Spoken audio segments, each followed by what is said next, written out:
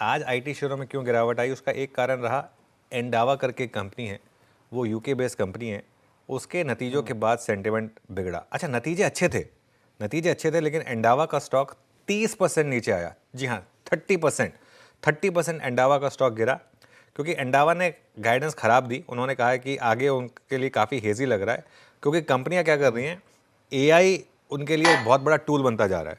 अब 3 महीने पहले उनको लग रहा था कि एआई 10% सेविंग कर रहा है, अब 3 महीने बाद उन्हें लग रहा है कि एआई तो 25% सेविंग कर रहा है।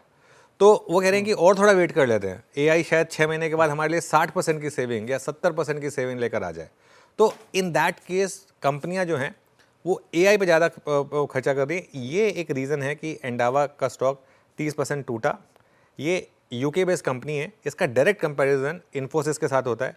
इसकी कॉन्फ्रेंस कॉल में भारत के जो आईटी ट्रैक करने वाले एनालिस्ट हैं वो भी जुड़ते हैं क्योंकि इससे उन्हें डायरेक्ट एक फीडबैक मिलता है कि क्या हो रहा है ऑन द ग्राउंड। तो इस वजह से ये एक रीज़न है जिसकी वजह से आज आईटी गिरा। बाकी जो दूसरा आपने बोला कि वो टैरिफ का जो सुबह न्यूज़ आई, हालांकि उसका खंडन हुआ, वो किसी का एक ओपिनियन था जिसको न्यूज़ बनाकर शायद डाल दिया गया था।